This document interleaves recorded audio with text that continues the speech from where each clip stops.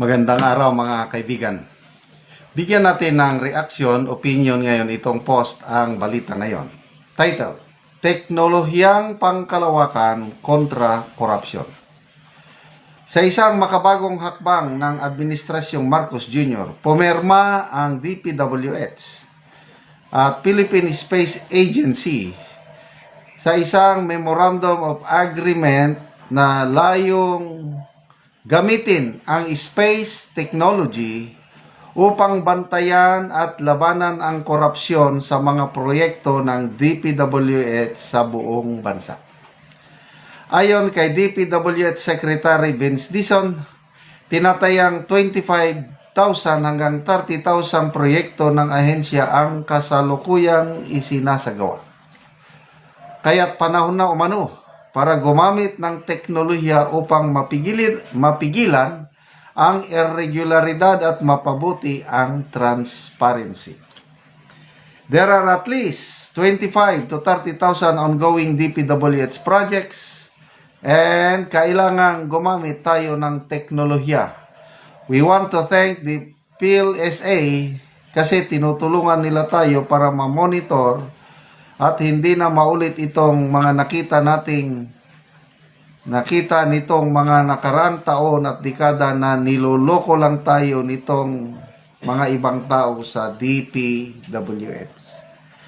Sa tulong ng satellite imagery at remote sensing data, magagawa ng subaybayan ng gobyerno ang aktwal na progreso ng mga proyekto mula sa kalawakan, isang hakbang na layong tapusin ang mga ghost projects at mapanagot ang mga tiwaling opisyal. Okay, so ito, narinig ko si Senator Marcoleta, siya ang nagsimula nito eh.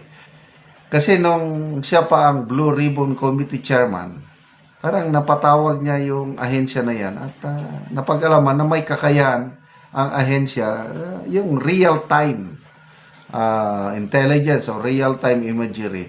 Kasi nung nakaraan, itong DPWH, may gumagamit na ng mga apps. Nakalimutan ko yung mga apps. Kaya lang, hindi siya accurate.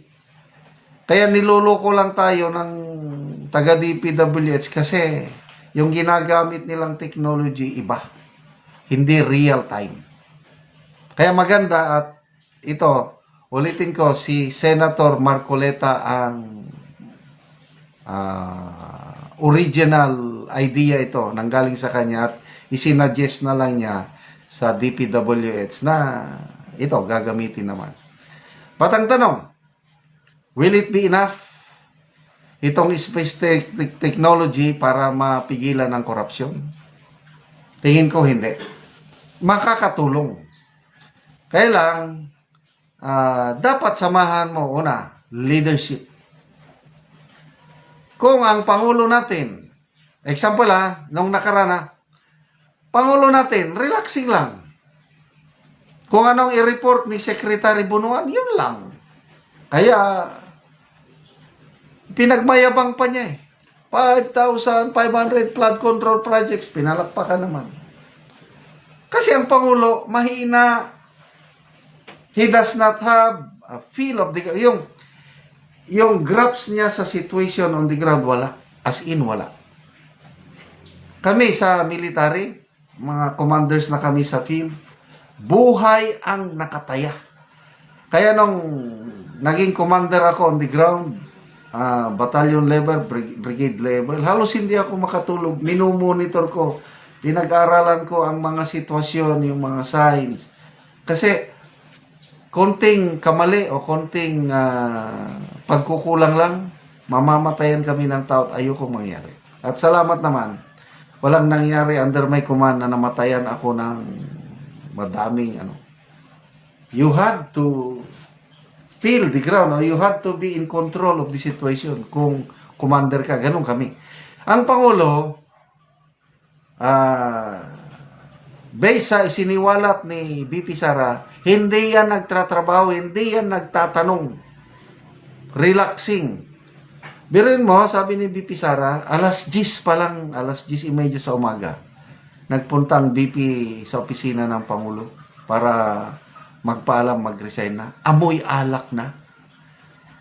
So, anong ibig sabihin nun? Relaxing lang. Reactionary ang tawag ko dyan eh. Hindi niya napuporsight yung magiging problema.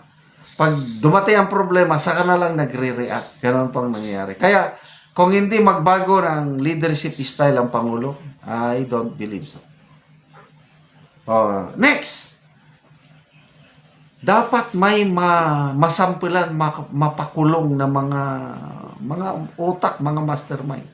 At tapos, yung DPWS na yan, dapat malinisan. Kasi, kung si Senator Sherwin Gatchalian pa ang masusunod, gusto niya nang i-abolish ang DPWS. I don't know, parang wala nang pag-asang DPWS. Hindi kaya ni Secretary Vince Dizon. Ito naman si Secretary Vince Dizon, no problem yung kanya, masipag, gusto niyang magkaroon ng pagbabago. Kailan kung siya lang, wala. So magkaroon ng cleansing sa DPWH. And how can it be done? I don't know. Kahit may space technology pa, kung ang mga regional director o kaya yung mga USEC, ASEC, nandun pa rin yung desire nila na mangurakot. Nako, hahanap at hahanap ng paraan yan para makakurakot. Sino yung ASEC na pinangalanan ni Congressman Libeste na may mga koneksyon sa mga kontraktor? Nag-resign ka agad. Kasi mabuti na lang at binulgar ni Congressman Libeste.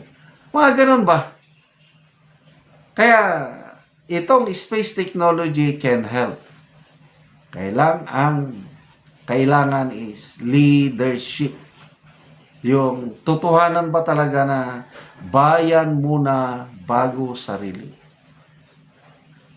Kailan kung ang mga nandyan sa DPWH, mga dati pa rin, rinisyapel lang, mga ano, walang mangyari. Space technology, ilang percentage lang ano. It should be on the people on the ground. Lalo na dyan sa regional and district level. I don't know, pinagre-resign. Ano nang nangyari yung mga pinagre-resign? Napalitan ba ng bago? Kumusta yung mga bago? Baka malunod din sila sa sistema.